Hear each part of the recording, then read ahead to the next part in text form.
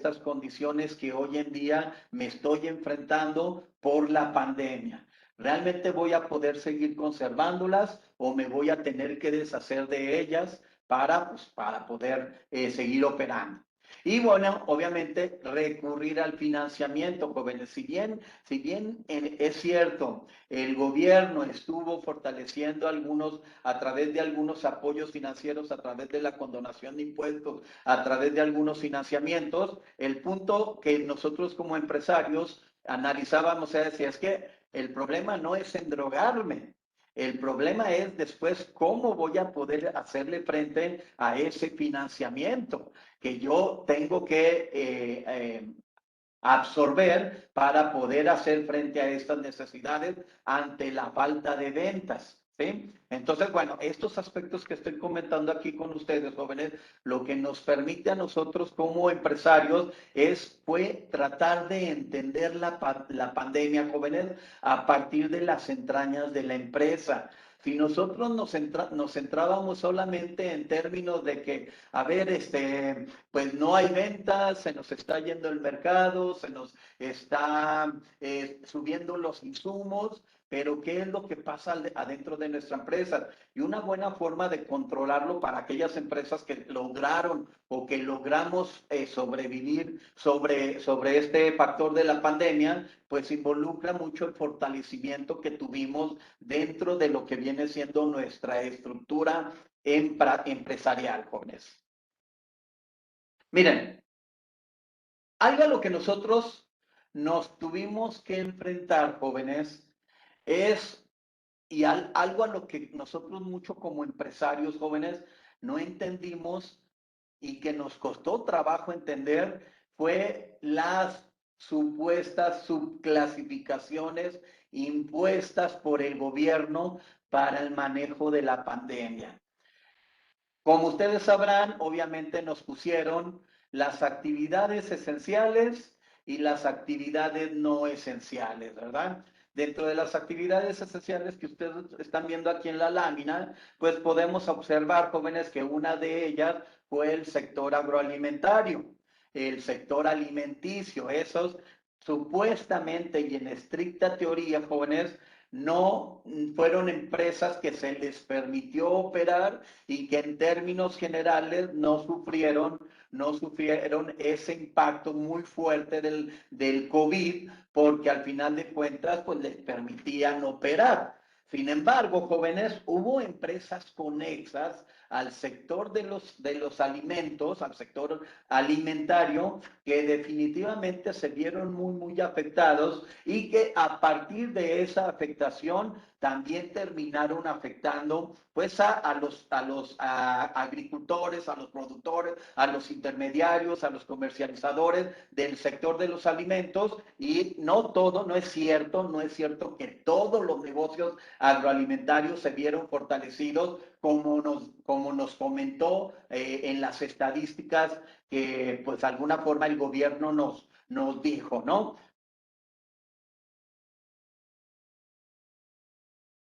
Nuestros negocios con actividades no esenciales vinculadas al sector alimentario, jóvenes, pues se vieron afectados, obviamente, restaurantes, cafeterías, bares, merenderos, salones de eventos, organizadores de banquetes, dentro del comercio formal, prestadores de alimentos y lo que vienen siendo los hoteles. Este sector, jóvenes, aunque hablamos de un sector específico de materia turística o de materia de servicios, fue bien importante este sector dentro del manejo de la pandemia, jóvenes, o sobre las afectaciones de la pandemia sobre el sector de los alimentos, porque estos negocios sí se vieron obligados a cerrar, jóvenes. Sí se vieron con la necesidad de ponerle fuertes restricciones que al final de cuentas, al no tener eventos, al no tener operaciones propiamente, sí se dio una afectación muy fuerte al sector alimentario.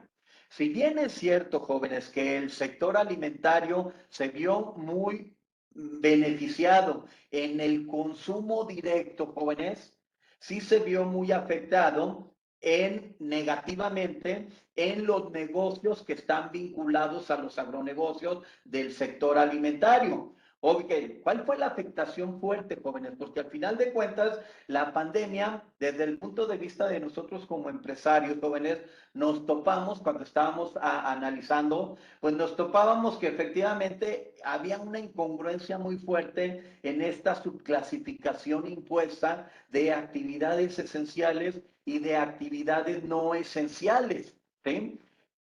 ¿Por qué pasaba esto? Porque por un lado nos topábamos, jóvenes, que lo que se buscaba con estas restricciones que se impusieron a negocios vinculados al sector alimentario, obviamente vinculados al sector de los agronegocios, pues era la no interacción social, ¿verdad?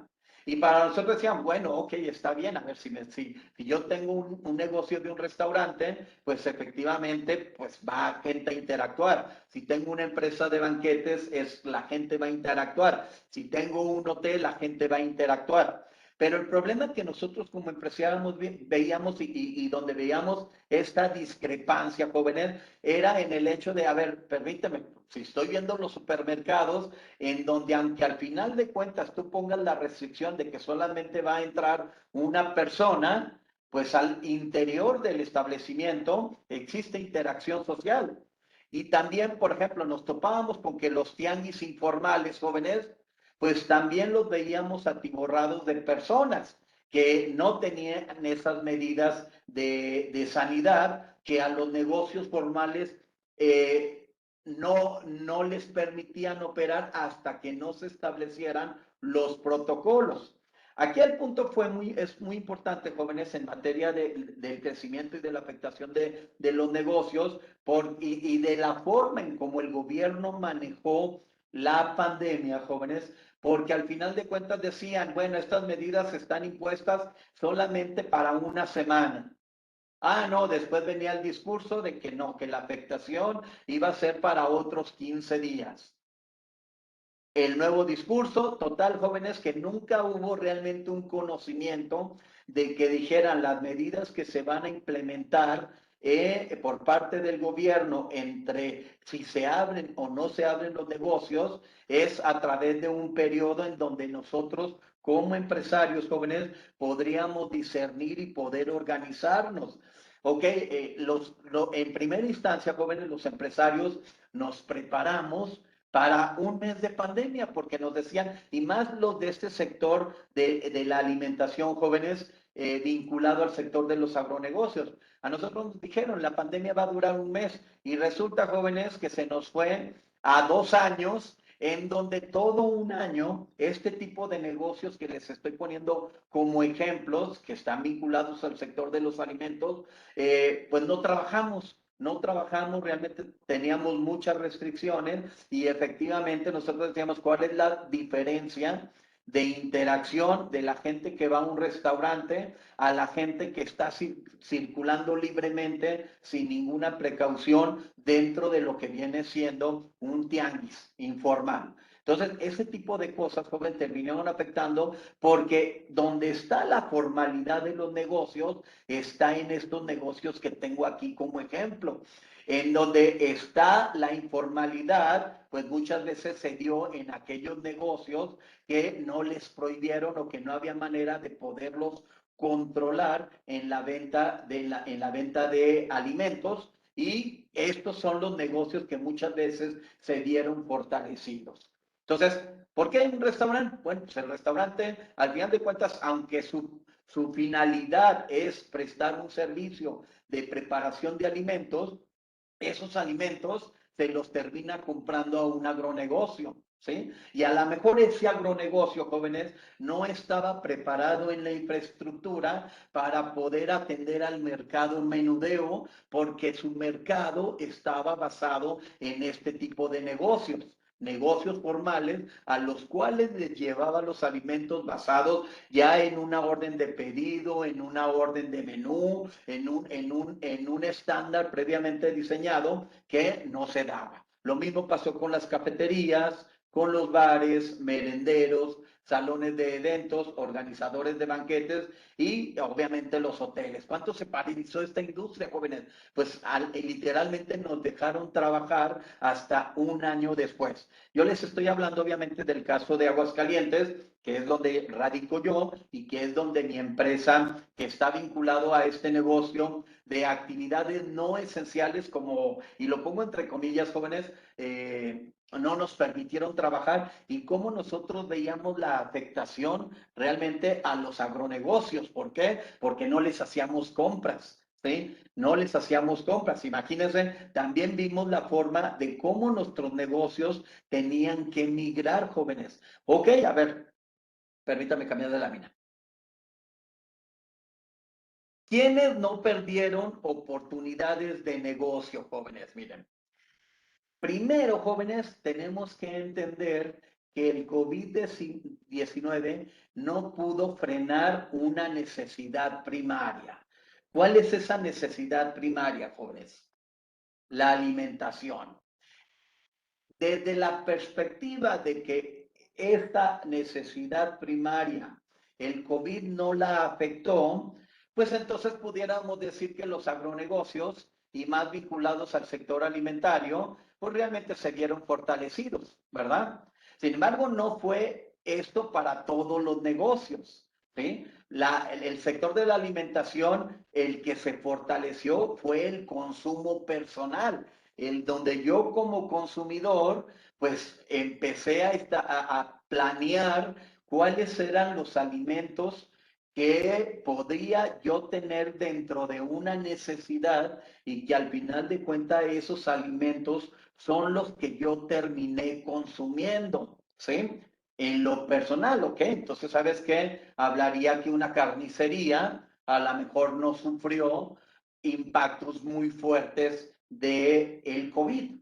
Podría yo hablar, jóvenes, que a lo mejor una tortillería no sufrió un impacto muy fuerte del COVID porque sus productos estuvieron vinculados a una necesidad primaria. ¿Sí? Entonces, desde esa perspectiva, nosotros podemos empezar a indagar cuáles son los negocios que no perdieron oportunidad de negocio, válgame la expresión, y cuáles sí perdieron esa oportunidad de negocio. Miren, los negocios que se vieron fortalecidos fue el consumo en los supermercados, ya sea formal o informal. Este consumo, como era personal, jóvenes, y como estuvo basado en función de la necesidad primaria, pues por eso no dejamos de ver a los supermercados con gente. No pudimos dejar de ver al abarrotero sin gente. No pudimos dejar de ver a los Oxxos sin gente. No pudimos dejar de ver a un tianguis sin gente.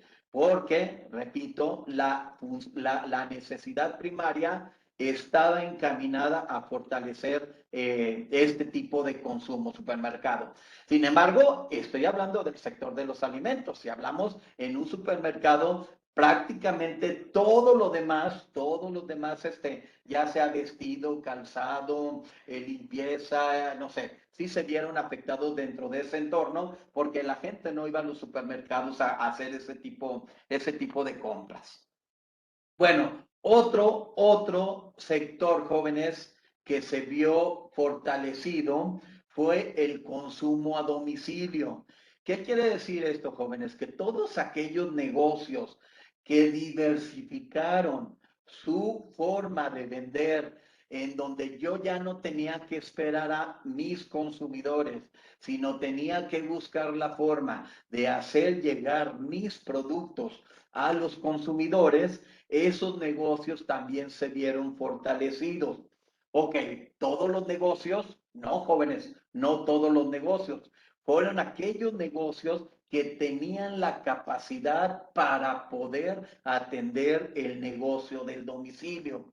Si ustedes pueden decir, bueno, es que entonces podríamos hablar, más bien analizar cómo un Uber Eats o un Didi Food, plataformas, tuvieron un crecimiento muy fuerte dentro de la pandemia y esto es una realidad, porque ellas fueron a fortalecer, jóvenes, a todos aquellos negocios que diversificaron la forma de cómo llegar a hacer sus productos. Aquellos negocios jóvenes que no vieron esa visión en donde entendieran que durante lo que durara la pandemia o las oleadas fuertes de la pandemia, las necesidades del consumidor cambiaron, pues fueron aquellos negocios que no pudieron sobrevivir la pandemia, ¿sí? Si se fijan, hace ratito, jóvenes, tocaba el aspecto de la infraestructura. Muchos de nuestras empresas, nuestra conformación del sector microempresarial de nuestro país, pues el 80% trabaja con infraestructura no propia. ¿Qué quiere decir esto? Infraestructura por la cual tienen que estar pagando renta. Bueno, este tipo de negocios, jóvenes, también se vio muy afectado porque los costos operativos del pago de la infraestructura necesaria para poder operar nunca pudieron superar, jóvenes, la necesidad del ingreso que necesitarían generar. Y es ahí otro factor que ni el mercado, ni el consumo del supermercado, ni el consumo a domicilio pudo hacer que esos negocios sobresalieran y pudieran sobrevivir a este efecto de la pandemia. El consumo de alimentos preparados con servicios para llevar. Ok, esto tiene mucho que ver también con el consumo a domicilio. Los negocios jóvenes que lograron adaptar su estructura de venta de servicios de alimentos, ya fueran como commodities o como specialties, que facilitaran el consumo para los clientes, para los consumidores, para el mercado, son aquellos negocios que también se vieron fortalecidos en la pandemia, jóvenes. Un ejemplo por ejemplo, tenemos el caso de la franquicia Liru César, cómo se vio fortalecida, jóvenes, en este sector, porque lo que la gente estaba buscando era facilidad de consumo, productos que obviamente ya no involucraran, incluso que dentro de su casa tuvieran que estar trabajando, tuvieran que trabajarlo y que ya estuvieran listos. Entonces, este es un ejemplo porque nos topábamos de cómo fue el negocio más rentable de la pandemia, jóvenes, la franquicia Liru César, cómo sus ventas se exponenciaron a nivel de que incluso ya no podían tener sostener su eslogan de pizzas listas para llevar. O sea, el consumidor hizo filas, jóvenes, que eso de repente era otra incongruencia que nosotros como empresarios veíamos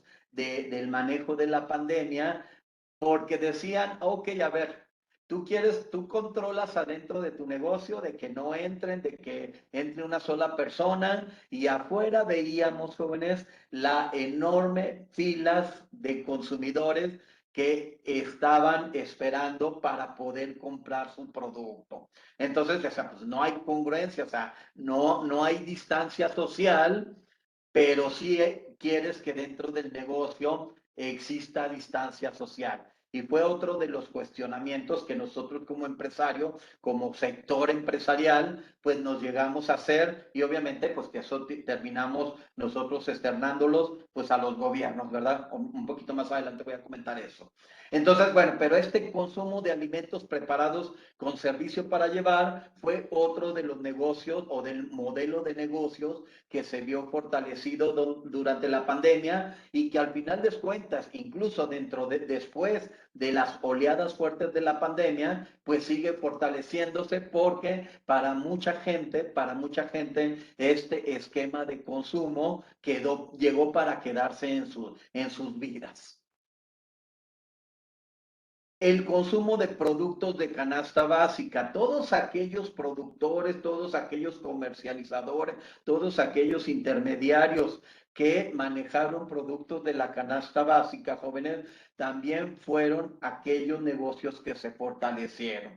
Entonces, si se fijan, si nosotros estamos hablando de qué negocios se vieron fortalecidos, con respecto a esta pandemia y qué negocios pudieron aprovechar pues la oportunidad que se les generó al tenerlos clasificados como actividades esenciales, jóvenes, pues podemos identificar que son los agronegocios básicos, los agronegocios que estuvieron soportando la canasta básica y que fueron pocos los negocios de specialties que también pudieron atender a este mercado. Aquí es donde hablo que productos en donde tenían alto valor agregado, productos que estaban dentro de la clasificación como productos gourmet o como productos artesanales, que tienen un estatus de precio mayor que lo que viene siendo la canasta básica, a este tipo de negocios sí se les vio afectados porque obviamente el mercado no estaba direccionado a consumir en gran mayoría este tipo de productos. Y otro factor, jóvenes, que fortaleció algunos negocios, las compras de pánico sobre algunos productos, ¿sí? Con el hecho de que nosotros, jóvenes, veíamos como consumidores que la pandemia se extendía,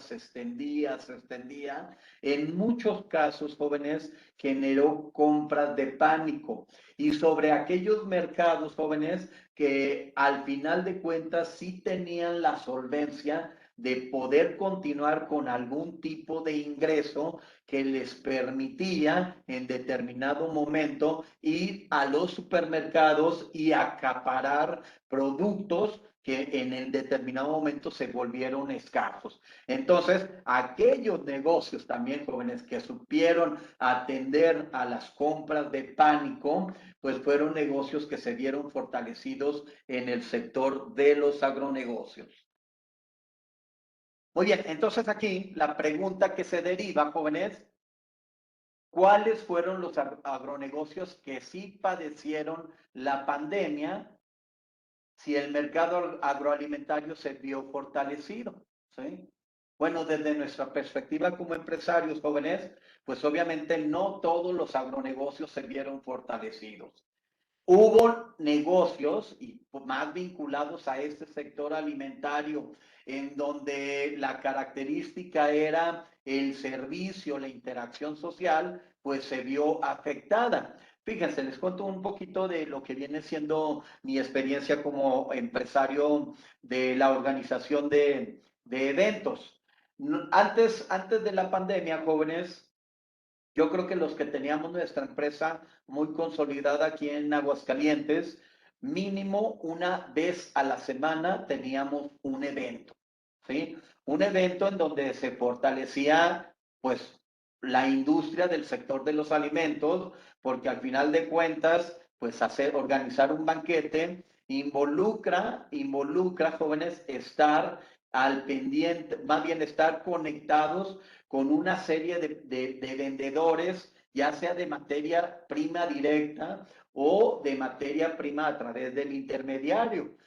Pero nosotros dejamos de vender esos productos, dejamos de atender esos eventos por la subclasificación que se nos dio, que éramos actividades no esenciales, jóvenes, y que nosotros sí dejamos de vender. Ok, ustedes pueden decir, bueno, pero es que entonces lo que dejó de vender esta empresa, o sea, una organizadora de eventos, un restaurante, un hotel, pues terminó vendiéndolo otra empresa porque al final de cuentas, pues el sector de la alimentación o la alimentación como actividad primaria, pues no se vio afectada. Claro que se vio afectada, jóvenes, porque mucha gente dejó de comprar productos, dejó de invertirle, jóvenes, en productos que formaban parte de su diario vivir y que después de la pandemia o en la interacción de la pandemia no se logró tener esa interacción. Muy bien, ¿qué negocios, jóvenes? Fíjense, algo bien importante. Los agronegocios que no se adaptaron a la famosa nueva normalidad se vieron afectados. Es otro factor que nos vieron, que nos impusieron, la famosa nueva normalidad. en donde involucraba que todas las empresas o todos los giros de industria desarrolláramos protocolos en donde paulativamente se nos iba a permitir interactuar para poder irnos adecuando o volviendo a estar en el mercado. Muy bien, Doctor. que alguien levantó la mano. No sé si queramos que atendamos preguntas o Sí, continúo y al final. Queríamos empezar, queríamos pedirle si podíamos empezar con las preguntas. Ah, ok, sí, adelante, adelante.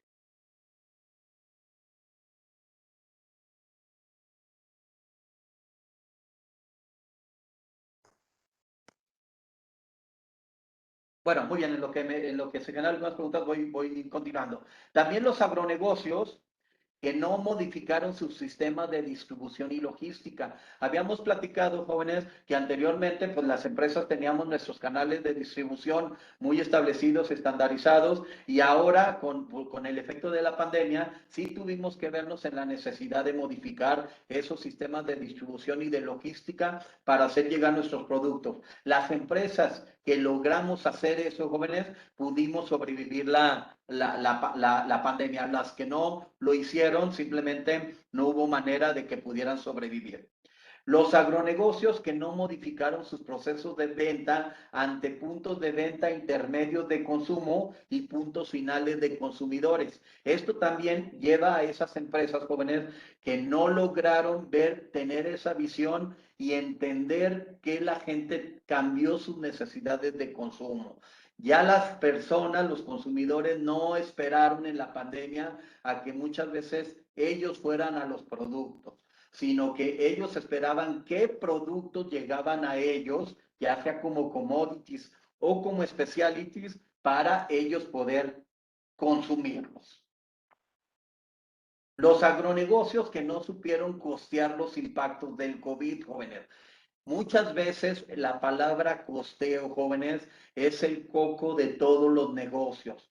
Un negocio que no sabe costear sus productos, costear sus procesos y costear los impactos de tener mercancía que no se mueve, jóvenes, pues también es un impacto fuerte para no poder sobrevivir en el mercado de la operación. Los agronegocios que no buscaron diversificar sus servicios o productos a las nuevas necesidades del mercado. Esa famosa nueva normalidad, jóvenes, nos obligó precisamente a que las empresas buscáramos esa forma de diversificar nuestros servicios y nuestros productos a nivel global dentro del mercado en el que nos movemos. Los agronegocios que no entendieron que el COVID llegó para quedarse, jóvenes. Muchas veces muchos negocios dijeron, me voy a preparar para estos 2 meses y después a ver qué pasa. Pues bastaron esos 2 meses, jóvenes, para que la pandemia se los comiera y no pudieran salir adelante, que no modificaron sus cadenas de suministro, que no modificaron su cadena de valor, que no modificaron su cadena de producción. Muy bien, voy a entrar al chat, jóvenes, porque ahí vi unas preguntitas y luego ya pues vamos a... Ok, déjenme ver, este es el chat. Muy bien, aquí dice, bueno, a ver, no sé si alguien me pudiera ayudarle las preguntas para poderle dar respuesta. Dice, no hay preguntas y ya culminamos el tiempo de la conferencia. Ok, bueno, jóvenes, pues me da mucho gusto haber estado aquí con ustedes. Les voy a mandar la presentación por si les llega a interesar.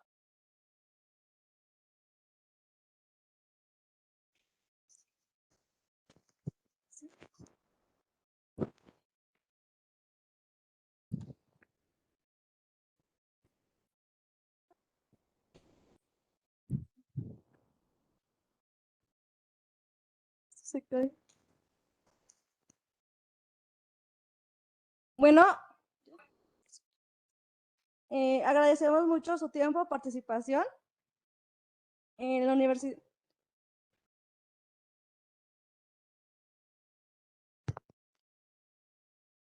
Agradecemos su tiempo de dedicación y participación en este foro de agronegocios, por lo que la Universidad de Guanajuato, Campus Irapuato, Salamanca, División Ciencias de la Vida, a través del Departamento de Agronomía, otorga la siguiente constancia al doctor Armando García Rosales por su participación como conferencista del 12º Foro de Agronegocios, Resiliencia de los agronegocios ante la pandemia COVID-19, con la conferencia Retos y oportunidades de los agronegocios a partir del COVID-19, el cual se llevó a cabo en Irapuato, Guanajuato, del 3 al 6 de octubre de 2022.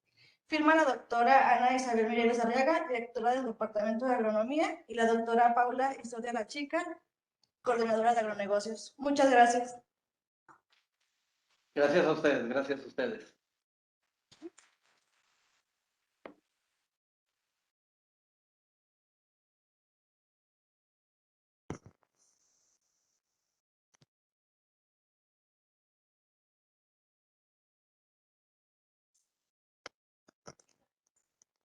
Bueno, bonito día y mucho éxito en su congreso. Bonito día. Gracias. Gracias.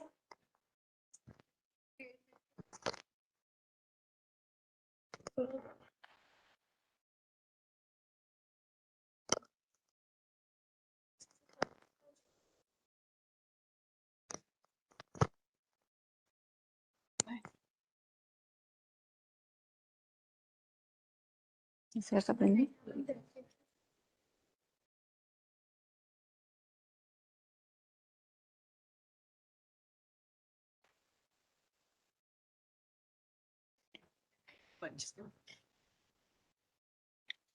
Bueno, continuando con la siguiente conferencia, es Inteligencia Artificial como apoyo en la agricultura, impartida por el doctor Sotelo Figueroa Marco Aurelio del Instituto Tecnológico de Tijuana.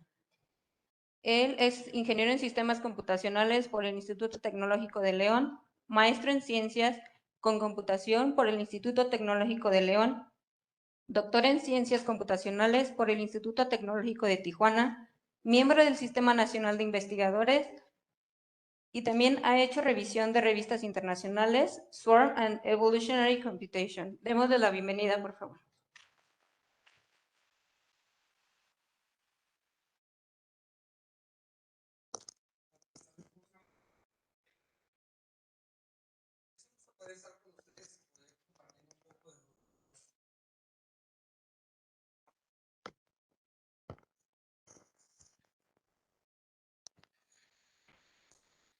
Es un gusto poder compartir un poco con ustedes de las cosas multidisciplinarias que se pueden hacer acerca de mi área. Algo que puede impactar enormemente en el área de ustedes y algo que realmente el mundo está requiriendo. Tenemos cuestiones involucradas el día de hoy que van a ser 3 temas. Va a ser prácticamente un poco de agricultura. Prácticamente pues ahí no soy experto. Inteligencia artificial y vamos a ver la conjunción de estas dos últimas. Por favor. La pregunta más grande que tenemos o que quiero trabajar con ustedes es la parte de qué es inteligencia artificial. ¿Alguien tiene alguna idea, alguna noción, alguien que quiera dar algún comentario?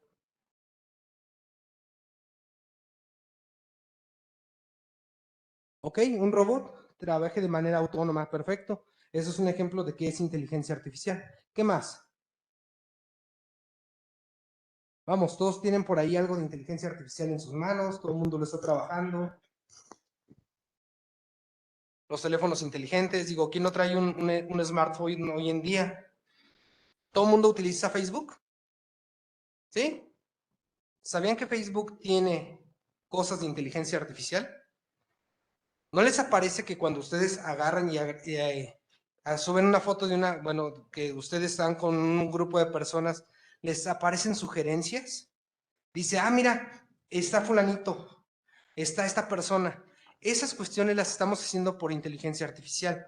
El problema está en que la inteligencia artificial está siendo mal entendida y muchas veces la tendemos a satanizar. Es algo muy, muy, muy común lo que está sucediendo. Siguiente, por favor. Quiero partir del punto de qué no es inteligencia artificial. Yo creo que de ahí podemos partir un poquito. Todo lo que está aquí no es inteligencia artificial. ¿Alguien ubica estas cosas que tenemos aquí en la pantalla? Esto es lo que nos está vendiendo Hollywood como parte de la inteligencia artificial. De hecho, la mayoría de lo que nos están vendiendo son cuestiones basadas en robots. No sé si se fijan, tenemos la parte de Robocop, tenemos la parte de Terminator, tenemos la parte de ya un poquito más moderna de lo que sería de la era de Ultron. Tenemos algo de Prometheus, no sé si alguien vio la película de Prometheus, tiene una cápsula muy interesante, una cápsula médica donde agarras, te metes, te diagnostica qué es lo que tienes y en ese momento te hace una operación. Es increíble todo lo que se está manejando. Por cierto, sí existen cosas como esas. Tenemos la parte de abajo de lo que sería el auto increíble, el icónico R2 que tenemos de Star Wars. Todo esto se está manejando como que es la parte de la inteligencia artificial. Todo esto es lo que se dice, que se menciona, que es inteligencia artificial. Sin embargo, el concepto de inteligencia artificial es un poquito más filosófico. El concepto de inteligencia artificial, nosotros lo que queremos es dotar a las máquinas de una manera que puedan responder y puedan resolver problemas muy similares a los que nosotros resolvemos o muy similares a como nosotros estamos queriendo hacer. Existe una parte de que se les quiere meter algo de raciocinio a las computadoras. Les digo, es algo muy filosófico porque hay puristas del área de inteligencia artificial donde dicen que la parte del razonamiento es algo que realmente separa lo que es al hombre de lo que es las máquinas. Pero bueno, es algo que por ahí se menciona. Adelante, por favor. Aquí tenemos una línea del tiempo. Yo les aseguro que conocen varias cosas de las que tenemos por aquí. ¿Alguien tiene una Alexa en su casa? ¿Una Alexa? Están geniales. ¿Usan Siri? Pero la desventaja de Siri es de que está más puesta sobre los dispositivos Apple. Pero, por ejemplo, Alexa, pues sí es un dispositivo pues un poco físico. Tenemos una bolita, tenemos un algo, lo ponemos en lo que sería nuestra casa, lo ponemos en lo que sería nuestra cocina y le podemos decir, Alexa esto, Alexa lo otro. Ok, esa es una de las partes que vienen fuertes de lo que es la parte de la inteligencia artificial. Lo interesante de esto es de que estamos combinando muchas cosas. Y si se fijan, Alexa no nos la venden, o Siri, o la que es la parte de Google, también que tiene por ahí su propio sistema, no nos lo venden como que es parte de inteligencia artificial. ¿Se fijan en eso? Mande. ¿Hay una pregunta? ¿No? Ok. Si se fijan, no lo venden como que es una parte de inteligencia artificial. No lo venden como que es un dispositivo, un asistente. Sin embargo, la inteligencia artificial está fuertemente metida con ellos. Existe algo por ahí que se llama procesamiento del lenguaje natural. Por eso es de que cuando tú le hablas a Alexa, Alexa te entiende y Alexa hace una serie de acciones en base a lo que tú le estás pidiendo. Inteligencia artificial que ya está siendo aplicada. Tenemos cosas muy interesantes, de hecho, de lo primerito de 1950. ¿Alguien vio la película del Proyecto Enigma? ¿No? Es una película muy interesante donde se habla de la vida de Alan Turing. Es prácticamente es como si fuera el padre de la inteligencia artificial. Establece por ahí un test de Turing donde realmente podemos decir que una máquina no lo puede pasar. Es ver si una computadora puede pensar y puede razonar por sí misma. Y llegamos a la parte más amplia o la parte más reciente, donde ya encontramos aplicaciones de la parte de inteligencia artificial. Entonces, inteligencia artificial no tiene sentido por sí misma sino estar pegada con alguna área. Y eso hay que decirlo. De hecho, yo soy del área de computación y de algo que hablo con mis alumnos es, la computación en sí misma no tiene una razón de ser si es que no está pegada con otra área. Cosa muy diferente a otras carreras que sí tienen su razón de ser por sí solas. En el caso de la computación y el caso de la inteligencia artificial, si no están relacionadas con un problema, entonces no podemos resolver algo. Y lo que voy a hablar el día de hoy es cómo esto que está mencionándose por aquí, cómo se puede ir de la mano con la parte de lo que sería, en este caso, agricultura. El día de mañana les van a hablar algo de inteligencia de negocios aplicada a agronegocios.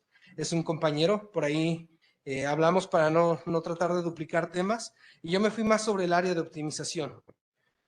¿Por qué? Porque realmente inteligencia artificial son todas estas áreas. Mencionaron por ahí la parte de la parte de los robots. Tenemos la parte de los robots que tenemos en la parte de percepción y adquisición.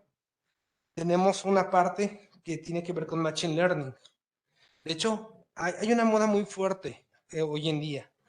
Prácticamente todo es Machine Learning para todas, para todos y para todas. Y realmente dicen que Machine Learning es inteligencia artificial. No, es parte de inteligencia artificial. ¿Qué es Machine Learning? También es parte de lo que hace la parte de Siri, la parte de Alexa. Tienen que ver con Machine Learning. Yo trabajo un poquito más sobre el área de investigación de operaciones, yo voy sobre el área de optimización. Es algo que bueno, ha sido mi área de expertise y la he podido combinar con diferentes tipos de problemas. Adelante, por favor. Ok, aplicaciones. Por eso les digo que la inteligencia artificial por sí sola no tiene una razón de ser. Necesita tener una aplicación. Y las aplicaciones las tenemos desde asistentes personales virtuales, tipo Alexa, que ya lo mencionamos, en la parte de finanzas. Hace tiempo, no creo que todavía les haya tocado esa parte de una empresa, si no me acuerdo era American Express, y sacaba un anuncio de unas latas de comida para perro. No sé si alguien se acuerda haberlo visto en aquel entonces. Hace como unos 5, no, hace como unos 10 años, ya más o menos de eso. Bueno, ¿qué pasa hoy en día en la cuestión de finanzas? En la cuestión de finanzas es que si tú haces una compra atípica, el banco te bloquea la tarjeta y te marca. Se los voy anticipando. El día que ustedes hagan una compra atípica, el banco se los va a bloquear la tarjeta y les va a marcar. Le va a decir, oye, fulanito, ¿tú hiciste esta compra? Sí, yo la hice. Ah, ok, perfecto. El caso que se les va a dar o que se va a presentar mucho va a ser la primera vez que salgan al extranjero. La primera vez que salgan al extranjero, su tarjeta se las van a bloquear. ¿Por qué? Porque como está acostumbrado el banco a que todas las compras sean nacionales, el día que ustedes presentan una compra internacional, en automático se las bloquea. Eso se hace a través de inteligencia artificial. Se busca cuál es el patrón de compras de una persona. También en la parte que tiene que ver con finanzas, bueno, en la parte sobre todo comercial, volvemos a la parte de Facebook. Yo sé que lo utilizan mucho. No sé si se han dado cuenta que del lado derecho les aparece un montonal de sugerencias de compra. ¿Les ha pasado eso? ¿Y cómo lo hace Facebook? Porque les digo, es personalizado. Lo que ustedes compren más les va a aparecer ahí. Tengan mucho cuidado, por cierto, de lo que ven y de lo que navegan cuando tienen su Facebook abierto. ¿Por qué? Porque aprende. Entonces, dependiendo de lo que ustedes compren, les va a empezar a sugerir compras y les va a decir, ¿sabes qué? Está esto en oferta, está esto otro. Es parte de lo que se hace con inteligencia artificial. Tenemos parte de educación. También hay cuestiones educativas que trabajamos con la parte de inteligencia artificial. Tenemos la parte de salud, ya lo mencioné por ahí de la cápsula. Sí existen algunas cuestiones. En la cuestión de salud es muy sensible el asunto porque estamos trabajando con vidas humanas. Entonces, por ejemplo, detección de cáncer, detección de melanomas, detección de enfermedades, no se le deja todo a la inteligencia artificial. Se da un diagnóstico y se le pasa a un experto para que él dé su punto de vista. ¿Por qué? Por lo que está en juego. Parte de logística y de transporte. Hace rato estaba escuchando el final de la conferencia que tuvieron y les hablaron algo acerca de cadena de suministros. ¿Han escuchado hablar de cadena de suministros, de supply chain? ¿Sí sabían que una manera de trabajarlas es mediante inteligencia artificial?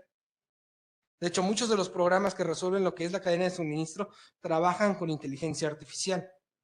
Hasta hace un par de años todavía, Walmart tenía un precio muy bajo porque manejaba algo que se llaman data warehouse. No, se llamaban, bueno, no tenían almacenes como tal. Utilizaban una cadena de suministros donde nada más llegaban a lo que era la parte de distribución y se distribuía en automático por el otro lado. No había almacenes. ¿Quién lo hacía eso? Inteligencia artificial. Parte agrícola. ¿Alguien se imagina inteligencia artificial en cuestiones agrícolas? ¿Sí se los imaginan? Y ahí voy a tener un punto de discusión muy fuerte con ustedes. Pero bueno, existe la inteligencia artificial en la parte agrícola. Y tenemos cuestiones climáticas. Las cuestiones climáticas no las tocamos tanto porque no sé si han visto por ahí los pronósticos del clima. Es lo más inacertado que puede haber en esta vida. De hecho, los cuates que se dedican a la cuestión climatológica, yo creo que no tienen mucho que perder. Te pueden decir va a llover y nunca llueve. Y el día que te dicen no va a llover, ese día llueve. Y te dicen, es que el clima cambia constantemente. Bueno, hay cuestiones de inteligencia artificial aplicadas ahí también para tratar de solventar esto. Adelante. Ok, en cuestión de agricultura, adelante por favor. En cuestión de agricultura, hay mucho que decir en la parte que tiene que ver con México. No sé si alguien venga por ahí tenga algún pariente que sea agricultor y sepa lo que tiene que ser la agricultura. Mi abuelo todavía vive por ahí, un señor de 94 años, agricultor toda su vida, y sé perfectamente lo que tiene que ver con agricultura y la friega, si me lo permiten en ese término, que implica la agricultura. Muchas de las cosas que les voy a decir de inteligencia artificial o cuando hablamos de ella, ni yo mismo creo que puedan ser tan aplicables, pero existen. En el caso de México, la agricultura pues realmente aporta muy poco al PIB. México no es un país agricultor como tal.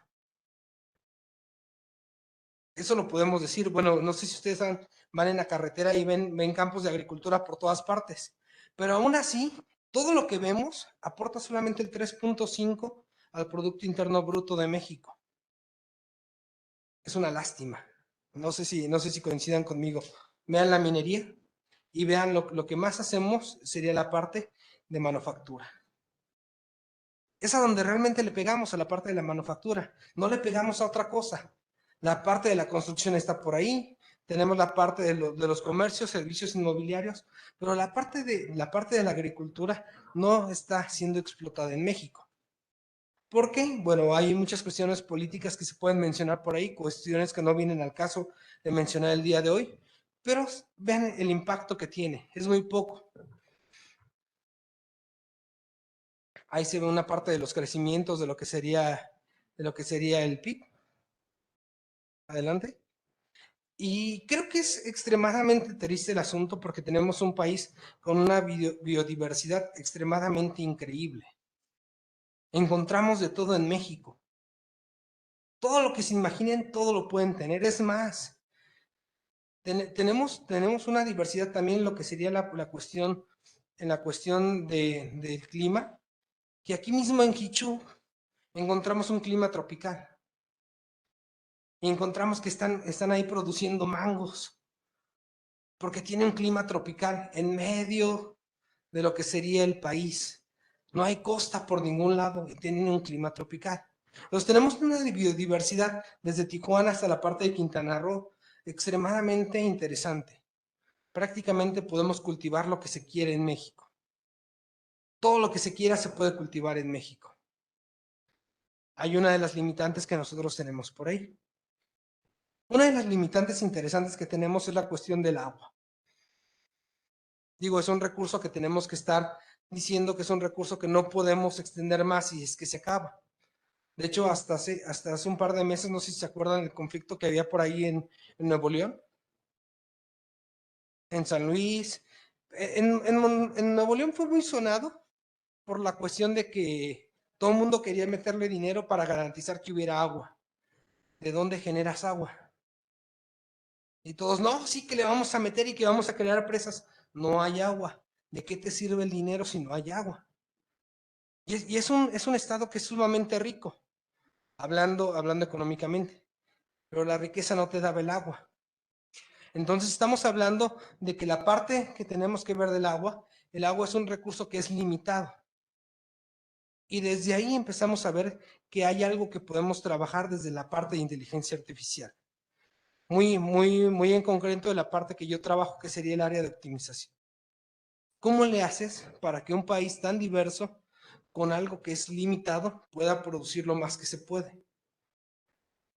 Y empezamos a ver que realmente hay aplicaciones de inteligencia artificial que pudiéramos hacer al día en los campos o en todas las zonas que nosotros tenemos para estar produciendo. Ok, ¿cómo puede apoyar la inteligencia artificial a la agricultura?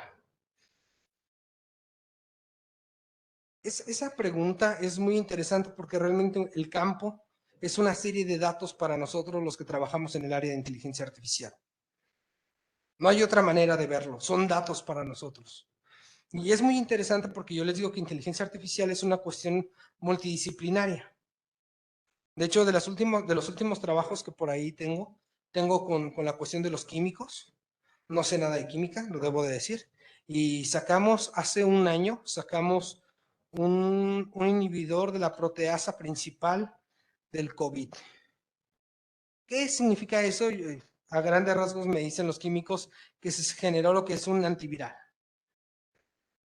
Yo no sé nada de química, ellos no saben nada de computación, nos juntamos, hicimos un poco de inteligencia artificial, o le metimos un poco de inteligencia artificial, fuimos evolucionando en este caso lo que sería el antiviral y conseguimos muy buenos resultados.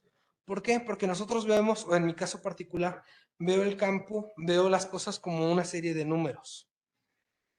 No hay más, son números, números, números y más números. ¿Qué números tenemos? Pues tenemos la parte, a lo mejor tenemos la parte de la humedad.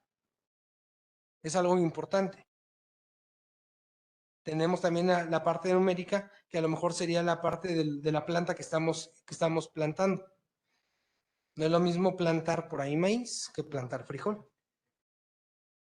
También a eso le tenemos que añadir el punto de lo que sería la venta.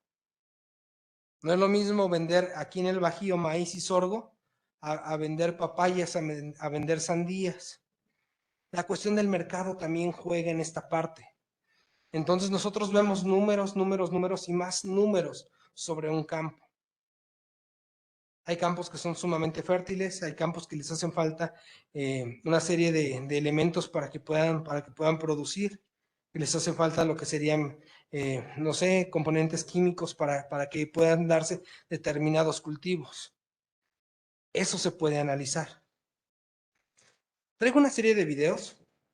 De hecho, parte de lo que quiero ver son una serie de videos que voy a mostrar adelante. Pero quiero decirles algo. ¿Qué tan cara creen que sea la tecnología para meter en los campos? Quiero partir de ahí. ¿Qué tan cara creen que sea la tecnología?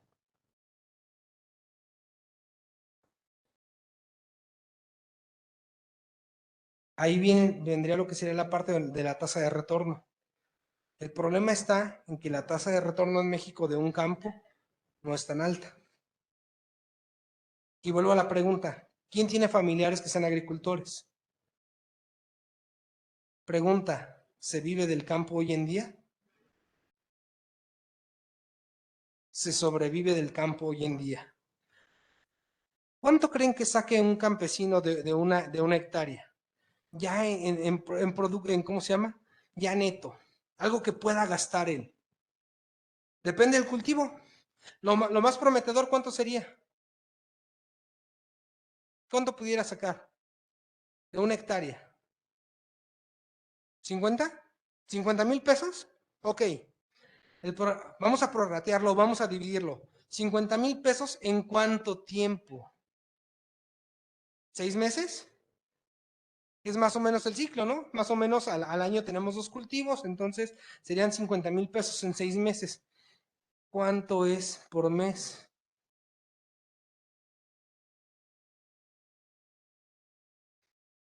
Si se puede sacar 50,000 pesos. ¿Cuánto estarían más o menos por mes? 8,000 pesos.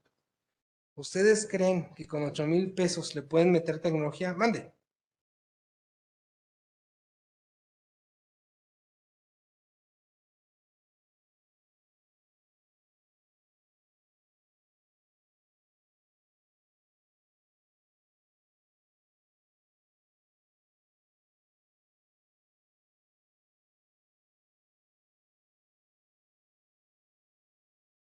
Así es.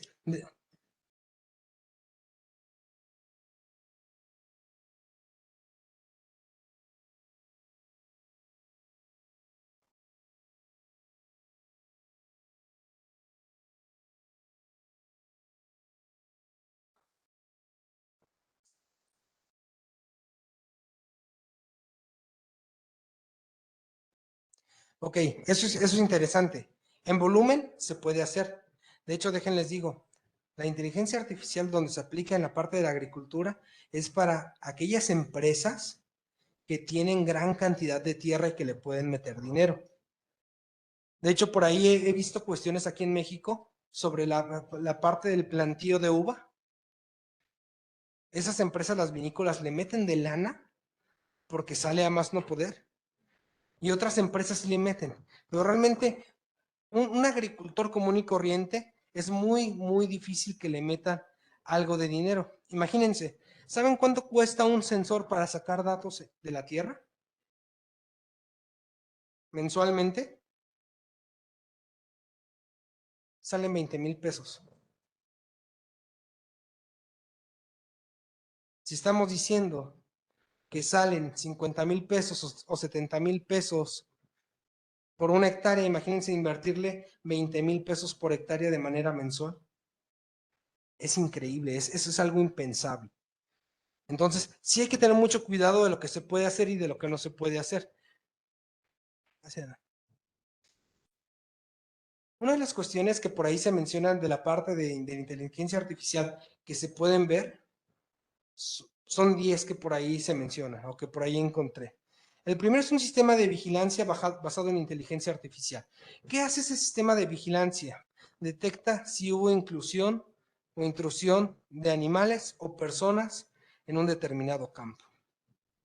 ¿Por qué? Porque hay cuestiones o hay campos que son orgánicos y que cuidan los animales que se meten. Porque si se metió un animal y hizo adentro del baño, entonces ese campo ya no está certificado y ya baja su precio. Pero para esto hay que monitorear todo lo que sería la cerca de lo que sería el campo. Muy caro, pero existe. Tenemos el segundo, que sería mejorar el rendimiento. ¿Eso qué implica? Implica que nosotros recolectamos los datos de qué es lo que tenemos en la tierra, implica qué es lo que podemos hacer con ella, qué podemos sembrar en ella y qué nos va a dar un mayor rendimiento. Traducción, por mucho que tú quieras sembrar melones, si te dice el sistema que lo mejor que puedes hacer ahí es sembrar maíz, mejor siembras maíz. ¿Por qué? Porque es lo que se va a dar mejor y va a tener un mejor precio cuando tú lo vendas. Hay sistemas de ese estilo. Tenemos el segundo. Para planificar lo que serían los cultivos, hay algunas plantas que se pueden sembrar juntas. Pueden tener buena reacción trabajando juntas, se puede hacer eso. Y entonces se hace un mapeo del lugar. Aquí se requiere un dron, se manda a volar un dron y se ve qué es lo que hay. Y en base a eso se toma una decisión de qué sembrar en ese lugar, cómo sembrarlo y en conjunto con qué lo estamos haciendo. La cuestión es de las plagas. No es soltar pesticida por soltar pesticida. ¿Alguien conoce el DDT? ¿Ya nadie lo conoce el DDT? Me sentí extremadamente viejo con esta pregunta. Y consta que no soy tan viejo, ¿eh? El DDT fue un boom de Estados Unidos. Era un plaguicida. Hagan de cuenta, como el Raid. Y lo usaron de manera indiscriminada en los campos y lo usaron de manera indiscriminada en todas partes. ¿Y qué creen que pasó? Resistencia al DDT. El DDT ya no sirve para nada. ¿Por qué? Porque ya todo el mundo es inmune al DDT. ¿Quieres matar una plaga? Ya no lo puedes hacer. Entonces, lo que se busca por ahí también con inteligencia artificial es ver qué plaga tienes dentro del cultivo, para que no le sueltes todo lo que tengas ahí. ¿Han escuchado por ahí el término de tratar de matar una mosca con una bomba atómica? Cuando van al médico y que les dicen, ¿sabes qué? Te vas a tomar este antibiótico y tú, ay, es que ese antibiótico ni me va a hacer nada. Mejor me inyecto este otro. Es eso. Nos estamos haciendo inmunes. Pasa lo mismo con los campos. Los hacemos inmunes a determinados pesticidas. La parte que mencionó por aquí el compañero, la parte de los robots que ya están manejando lo que serían los tractores. ¿Existe? Sí existe. Se manda un dron, se hace el mapeo y se manda lo que sería el tractor en automático para que empiece a cosechar o empiece a barbechar o empiece a hacer lo que se tenga que hacer en la tierra. Siguiente, por favor. Cadena de suministro, presente en cualquier parte. La número 7 es optimizar la combinación de pesticidas biodegradables. ¿Ya vieron la parte de biodegradables? Y simplemente todo el campo no lo necesita, simplemente se va a requerir algunas zonas. Pronósticos de precio, búsquedas de fuga de riego. Dicen que se puede poner, no sé si han visto los campos modernos, ya que traen ahí mangueritas para sistema de goteo. Y yo todavía soy de la vieja escuela donde veía que agarraba a mi abuelo, abría la compuerta e inundaba el campo. Paz. Ya no se puede hacer porque estás tirando el agua. Pero eso era lo que se hacía. Entonces, ya hoy en día hay un sistema de goteo que también puede ser carísimo, pero bueno. Y en el último caso hablan acerca de la parte del ganado para monitorear su salud. Pero vamos a ver un par de videos. Yo creo que esto puede quedar más claro. Ahorita regreso a eso. If we look back, the 20th century was all about making agricultural machines bigger, but this clearly couldn't continue forever. What we really need to be doing is looking after plants and soil at a more individual level. So to do this, we need to make machines smarter. And smarter means taking care of plants individually, weeding, spraying and thinning, or identifying fruit, not just counting them, but providing yield and size estimates. But what's missing is the ability for machines to discern plant health or to spot weeds amongst a crop. Artificial intelligence is about to change this. Machines can now be trained to recognise shapes and textures. The example you're seeing is using the texture of leaves to single them out as weeds or as plants that need special treatment. The commercial success of systems like these depend on taking into consideration the whole package, the software, hardware and the business case. We've seen these technologies make huge steps forward, and we're already using them to deliver systems that just a few years ago would not have been possible. AI is making new means of farming possible, not just the machines, but the ways in which farming is done. So the question isn't, how will AI affect your business? It's how will AI improve your business? Ya vieron la primer toma de una cajita de Petri casi totalmente cerrada, con un robotcito tomando una frutita. No me imagino esto puesto en el campo, ¿verdad? Es algo muy, muy, muy irreal. Pero fíjense de lo último. Tenemos un dron volando ya haciendo tomas de lo que sería el campo para determinar qué hacer. Eso ya existe, ya es aplicable. Pero si se fijaron, el dron que está por ahí es un dron carísimo. Volvemos a lo mismo, ¿qué tan caro es meter la tecnología y cuál va a ser el valor de retorno que vamos a tener? If we look back,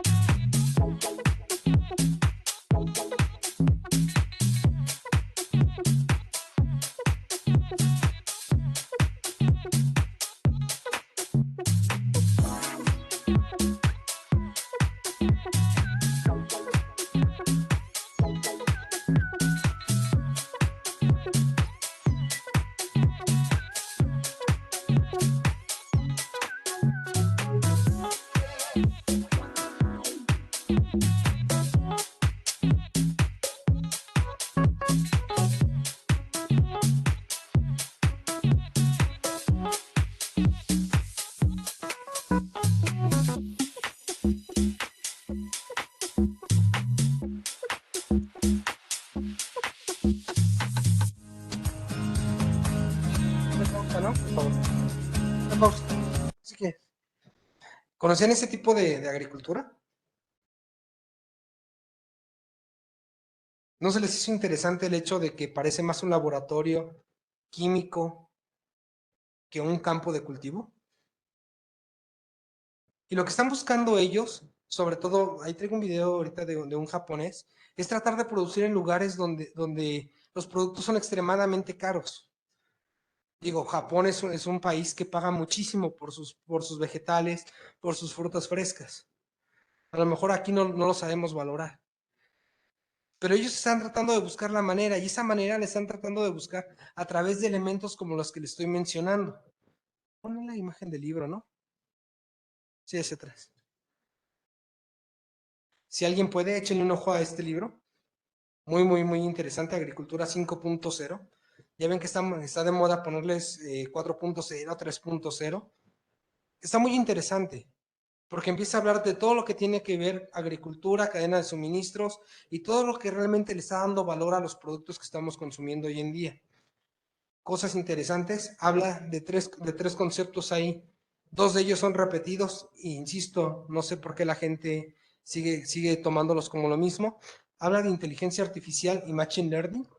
Esos prácticamente dos términos van de la mano, pero habla de otro que es el IoT, el Internet de las Cosas. Es algo que estamos viviendo ya. Era la parte que les decía, la parte de poner sensores, la parte de utilizar drones, la parte de utilizar visión por computadora, la parte de utilizar todos estos elementos que el día a día los tenemos ya desde el celular para poder monitorear. No sé si también se fijaron en el video, muchas cosas las estaban haciendo a través de la tablet. Para ellos ya no es necesario mandar a un trabajador a que vaya y que esparza lo que sería el fertilizante. Es más, el fertilizante se manda en automático y le dices, ¿qué es lo que quieres? Y dice, esta planta lo requiere, esta no lo requiere. Entonces, ¿qué es lo que estamos tratando? Ellos dicen, ok, estamos gastando muchísimo en poder hacer la agricultura.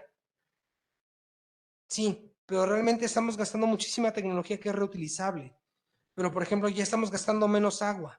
También en el primer video, no sé si se dieron cuenta, ya no era sistema de goteo. Agarraba y mandaba como un chorrito, realmente era como un rocío que requería exclusivamente la planta. Eso ya está hecho por parte de inteligencia artificial. Hacia adelante hay un video más. ¿Más? ¿Otro más? Creo.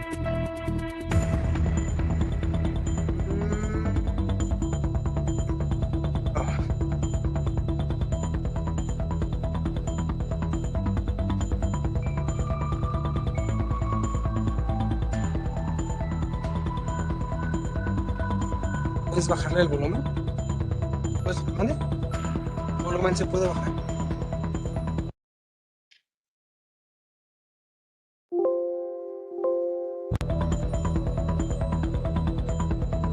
Aquí vamos a encontrar una serie de robots que ya están siendo aplicados. Esa parte, lo que es la parte de que ya mandamos a que cosechen y que hagan todo eso. Pero también, ¿qué creen? Se mandan una serie de robots para control de plagas. Todo esto ya está en la parte y ya está aplicada.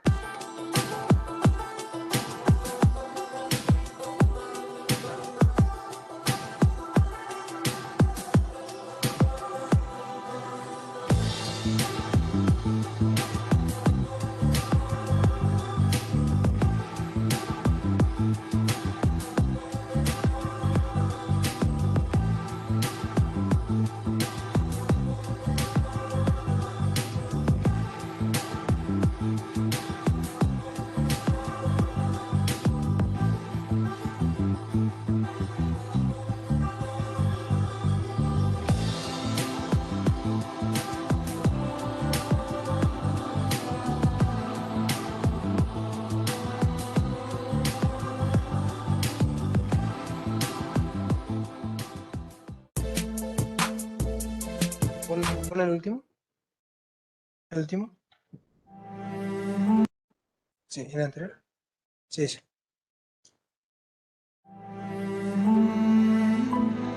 トマトはですね、私は自分の子供のように思って育てています。ちっちゃな苗から大きくなってだんだん子供が成長していくのと同じような気持ちでいつもやっています。私は鹿児島県でミニトマトを栽培している福岡忠と申します。Ya se pueden dar cuenta, es un japonés. 今までですね、経験と勘だけでですね、光はどのぐらいあるよとか、温度はこのぐらいだろうなとか、そういうのをですね、もう数字で見るんじゃなくて、勘と経験でずっと測ってきたんですけど、これを実際数字化してみて、それが今どういう状況になるかっていうのが数字で見れるようになったのはですね、見れるようになることが必要と思い、今パランテクトを導入しました。まずは朝起きてすぐ今ハウスがどんな環境にあるかをチェックするのと、簡単なメリットで Tenemos en la parte de las áreas que estamos trabajando un enorme campo que podemos trabajar, la parte multidisciplinaria. Ya no hay por qué estar haciendo las cosas uno solo, ya tenemos gente que puede apoyar en diferentes campos para poder resolver problemas. Es necesario que ustedes como futuros profesionistas tomen la decisión de acercarse a las personas que se requieren para que ustedes le puedan dar valor a lo que están haciendo. Insisto, el área de inteligencia artificial por sí sola no tiene un valor si no está acompañada de una problemática. De hecho, a eso nos dedicamos, a resolver problemas. Pero también estamos de la mano con qué? Con personas que trabajan por la parte de hardware, por la parte, estamos viendo también con personas que trabajan la parte de matemáticas que nos ayudan a diseñar algoritmos, la parte de los químicos que ayudan a tomar decisiones sobre el campo. Entonces, toda esta parte es una parte multidisciplinaria que les puede ayudar a sacar mayor provecho de lo que ustedes van a tener. No sé si tengan alguna pregunta.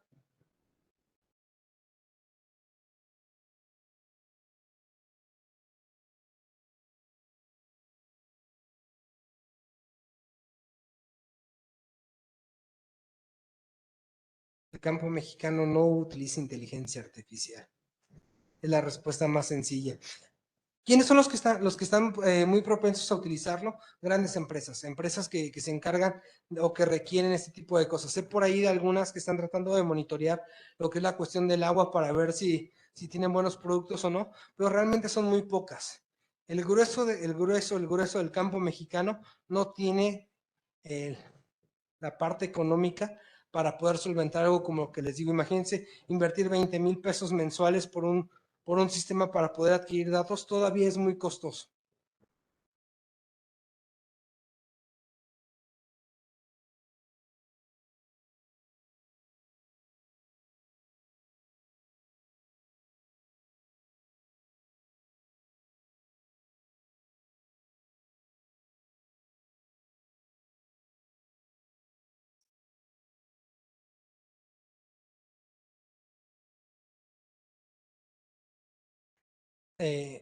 Malamente se cree que va a suplir la mano del hombre. Malamente, si tú ves por ahí lo que serían hasta las caricaturas que realmente veíamos de niños, por ejemplo, los supersónicos, trataban de eliminar la mano del hombre. No. La inteligencia artificial va por el área de tratar de optimizar procesos o tratar de ayudarle al hombre a hacer cosas más rápidas, no a eliminar al hombre. Va por la parte de que, por ejemplo, imagínate que tienes, por ejemplo, la filtración que hubo hace poco de documentos, 6 teras. ¿Cuándo lo revisa un hombre? ¿Cuándo lo revisa una persona? Lo que haces es de que le ayudas y le ayudas a tomar una decisión. Hay que ver a la inteligencia artificial como una herramienta, no como algo que te va a suplir, como una herramienta que te va a ayudar a que tomes una decisión más rápido, a que seas más eficiente al momento de que haces algunos procesos. Por esa área va la parte de la inteligencia artificial.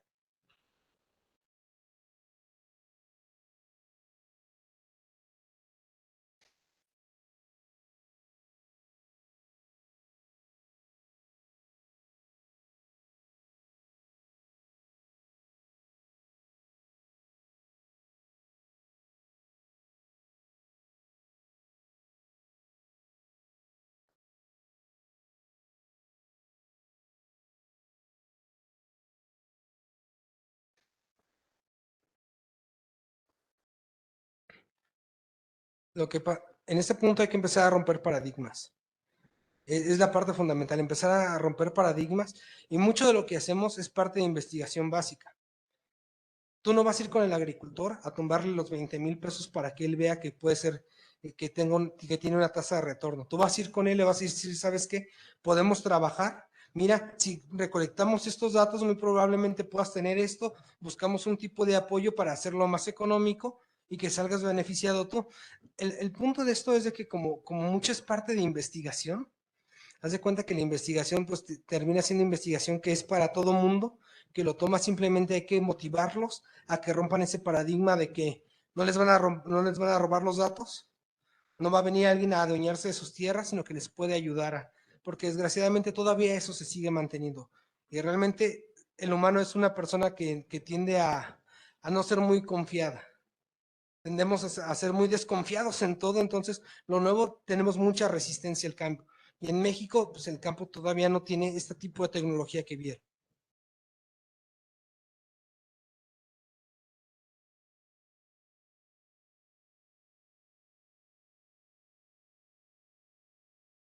Necesitaríamos, la verdad, necesitaríamos un apoyo desde la parte gubernamental para que pudiera proveer de tecnología al campo.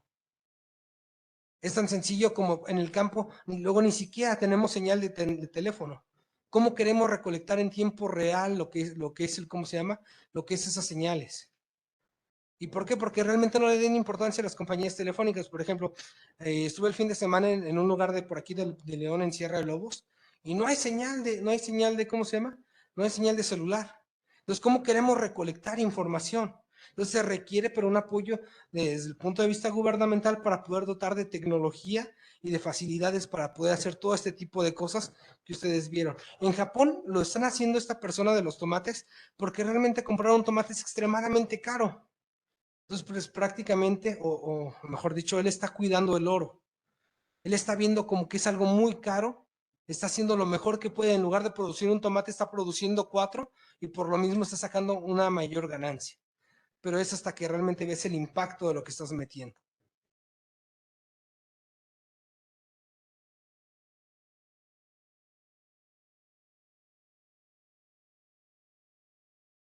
Te entrego esto y te entrego esto.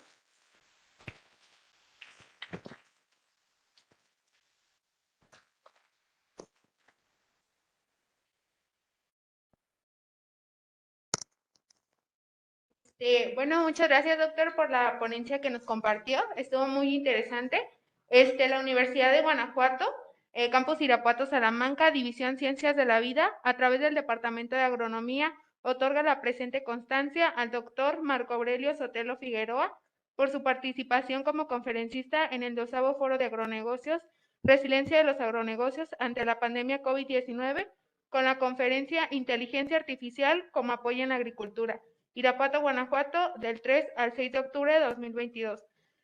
Firmado por la doctora Ana Isabel Mireles Arriaga, directora del Departamento de Agronomía, y doctora Paula Isordia La Chica, coordinadora de agronegocios.